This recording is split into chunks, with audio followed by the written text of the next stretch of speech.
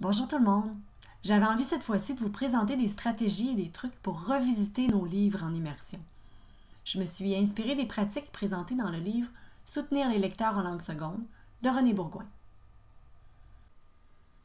Pour être capable de bien comprendre un texte qu'on lit, il faudrait arriver à le lire avec une certaine fluidité. Ça veut dire aussi connaître la plupart des mots, mais idéalement aussi les comprendre. Pour nos élèves en immersion, c'est difficile d'arriver à ce point-là à une seule lecture. En fait, il faudrait travailler un même livre 4 à 5 fois avec les élèves. D'un autre côté, c'est pas facile d'intéresser nos élèves à relire un livre qu'ils ont déjà lu. C'est pour ça que ce qui est important, c'est de toujours lire un livre avec une intention précise. Parce que quand on parle de revisiter ou de retravailler un livre, de le réutiliser pour apprendre, c'est différent de seulement le relire. On va vouloir en fait se concentrer sur un aspect différent pour que ça devienne une tâche différente. Donc, comment se rendre à cet objectif-là d'une façon intéressante pour les élèves, puis d'une façon qui va vraiment maximiser l'apprentissage? Il faut s'assurer d'établir à chaque lecture une intention de lecture et un objectif.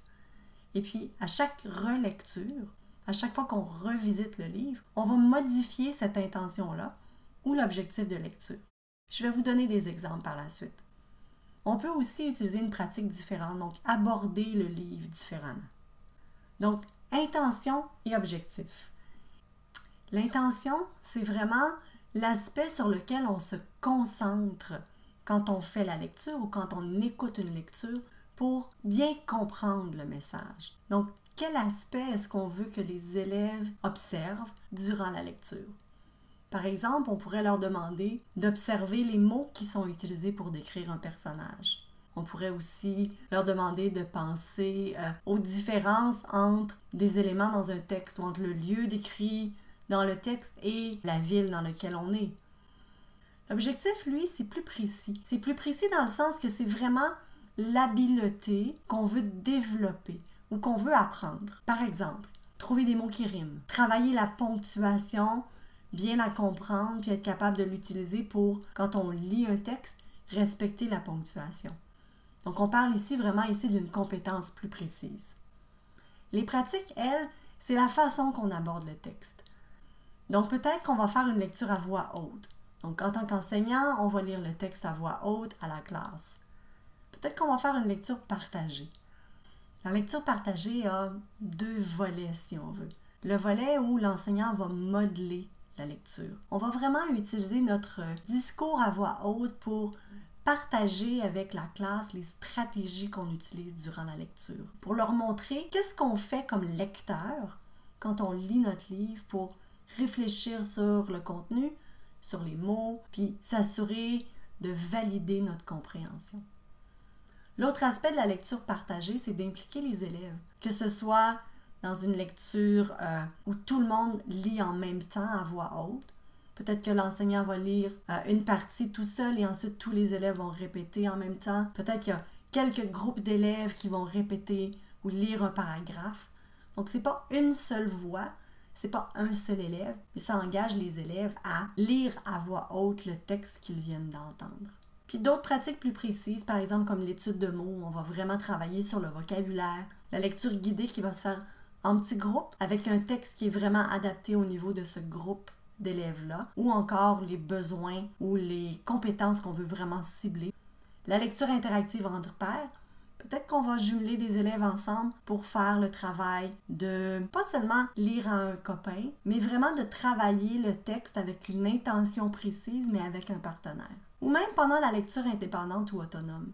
Ce qu'on apprend, c'est que seulement donner du temps aux élèves pour lire pour le plaisir, c'est pas aussi efficace que si on leur donne du temps pour lire, oui pour le plaisir, mais avec quand même une intention et quelque chose qu'ils vont devoir faire par la suite. Puis là, je parle pas seulement de faire un rapport de lecture ou de remplir un journal avec tous les livres qu'ils ont lus. On peut varier un peu ces tâches-là. Par exemple, après la lecture, on pourrait demander aux élèves, même s'ils ont lu chacun leur livre, chacun sur un sujet différent, de remplir un organisateur visuel qui compare 2 éléments dans leur livre, qui parle de la chronologie des événements. On peut leur demander de formuler des questions. que ce soit des questions de compréhension pour des partenaires dans la classe, que ce soit des questions qu'ils auraient à poser à l'auteur. On peut retravailler le vocabulaire d'une façon plus précise. On peut leur demander même de créer un artefact qui pourrait appartenir au contexte du livre ou à un personnage dans le livre, par exemple. Une chose que je voulais revisiter avant de terminer, c'est nos 5 composantes essentielles. C'est un bon moment quand on travaille un livre plusieurs fois de justement peut-être cibler à chaque fois une composante différente. Évidemment, si je prends la dernière à droite, la compréhension, c'est l'objectif ultime, c'est celle qu'on devrait viser à chaque lecture. Mais pour en arriver là, oui, on va travailler la conscience phonémique, les rimes, les sons, la phonétique, donc tout ce qui est les graphèmes, les sons à l'écrit. Il faut évidemment travailler le vocabulaire en immersion avant la lecture, pendant la lecture, après la lecture. Il y a toujours un travail à faire sur le vocabulaire. Puis la fluidité, c'est ultra important. De là où on veut faire lire nos élèves à voix haute, en groupe, en partenaire, de façon individuelle, et on veut qu'ils aient la chance de lire, de dire, de parler. Parce que la fluidité, c'est vraiment une composante essentielle pour arriver à la compréhension. À votre tour maintenant. Choisissez un texte qui se prête à travailler plusieurs aspects. Ciblez les composantes que vous voulez vraiment travailler avec les élèves. Établissez une séquence d'intentions et d'objectifs. Puis utilisez différentes pratiques pour vraiment soutenir vos élèves à devenir des meilleurs lecteurs. Amusez-vous!